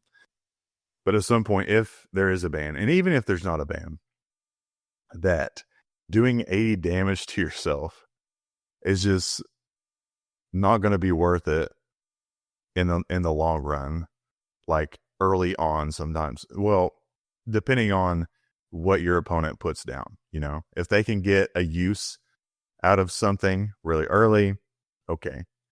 But if they don't, if they don't get that use of whatever card they have in the active, that's all right too. But I just think doing 80 damage to yourself early on and then getting an easy response KO possibly might be too much. And you also can't attack the next turn. Because if you attack the next turn, you're going to knock yourself out as well. So I think it's just a little bit overhyped. I think it'll be really good for certain situations where you're like, okay, I need this fast attack right now, and you're good to go. But you're going to have to think of something the next turn because you're not going to be able to put more HP on there. Hopefully you might be able to heal it. But other than that, I mean, it's not good for 2 turns, and it's easily response KO if they can get something on. Because if you're going first, if your opponent's going first and they can get an attachment on the board on that first one on their bench, most 2 energy attackers are going to be able to hit that 70 back. So you got that. You have all sorts of different things, and most of the time, Snorlax, unless if you get everything in that hand that you need at the beginning, you're probably Guzman Holla-ing if you get Guzman Holla, and you're not going to be bossing up something super important. So I think it might be overhyped, but it's still really cool that you're able to do what you can do with it. Yeah. I mean, it's like so good just as a bench sitter that kind of boosts your cram, right? And then like can take a KO for kind of a reduced cost at some point in the game, right? That's where Hop Snorlax is going to make its money. It's just like, hey, I'm on the bench, guys. You got to expect me to do 200 damage at some point. Better not have a 200 HP attacker. Yeah, that's that. So yeah, just a sleeper pick, man. He's sleeper, but I think he's a little hyped. That's the other Snorlax that sleeps. This one hurts itself. Oh my goodness, you're right. Big break. We're not going to get into that. No. Well, Josh, I mean, that's Journey Together. I mean, I need you to tell me why Oh, Iono's Kilowattrel is overhyped. I I need mean, to know. I need to understand. you need to understand. I mean, it's just easy. The card's very mid, and people are excited because it's a pretty card. I guess so. I mean, people Yeah, want to put it in their decks. I mean, I've seen so many people post deck lists like, "Hey, how do I make this work?" Hey, this looks really good for GLC. I can't remember who the big guy is on Twitter who's like, "This is so good for GLC." It's just like, eh. But I think if you haven't been playing the format for a bit and you see a card like that and you're like, "Cool, I know that Dynamotors exist." Like you would think that Iono's Kilowattrel would be an auto include, right? Like it seems so much better on the surface. And then you start digging into like what the attackers look like. So I guess my overhypeness is probably not from the GLC heads. Like I think the GLC heads know that Kilowattrel is not what it needs to be. But I think again, someone's pulling cards from packs to kind of put into their lightning list. They look at Zebstrika and they look at Kilowattrel and they look at them in a vacuum. They're probably like, I'm going to play this, And so I think that's where my overhyped nature comes from. I agree with you that I think the Snorlax is a bit overhyped, but I think it's probably appropriately hyped, or at least that's how I've always thought of it. But I think Kilowattrel, just so pretty a card. I mean, I want to play it too. Even though I think it's mid. So that's why I'm going to choose it as overhyped. But, that's just my reasoning. Oh, that's very good reasoning. I really enjoy that explanation. I am up to speed with where you're coming from now. That was very, very insightful. But I like that. It threw me off so much. I'm just glad that we did the count to 3, and like you were so sure that we were going to say the same thing. I was like, I don't know. Are you thinking I was Kilowattrel? I was like, let's do it though. So anyway, that'll be great. We'll make a short of that. That'll be a good short to have people watch. And then you dying for 15 seconds afterwards. I was called an ambulance for you there, bro. Oh man, I know. Send it at 911. Send it. We need an ambulance in Oklahoma. Where? I don't know. Just in Oklahoma. Get this man an inhaler and get us an inhaler sponsorship. Let's go. Oh yes, please. Albuterol. Give me some of that albuterol sponsorship. All right, guys. That's been Journey Together. Hope you guys enjoyed the list. If there's anything that we were missing, let us know down in the comments. If you found this information valuable, go ahead, give us a like, subscribe. We like to have a lot of fun here. You can find Jeff in his All About That Baisch Discord, as well as his YouTube channel, All About That Baisch. And I'm Gym Leader Josh. Hope you guys have a wonderful week. Remember to stay thankful, and we'll see you later.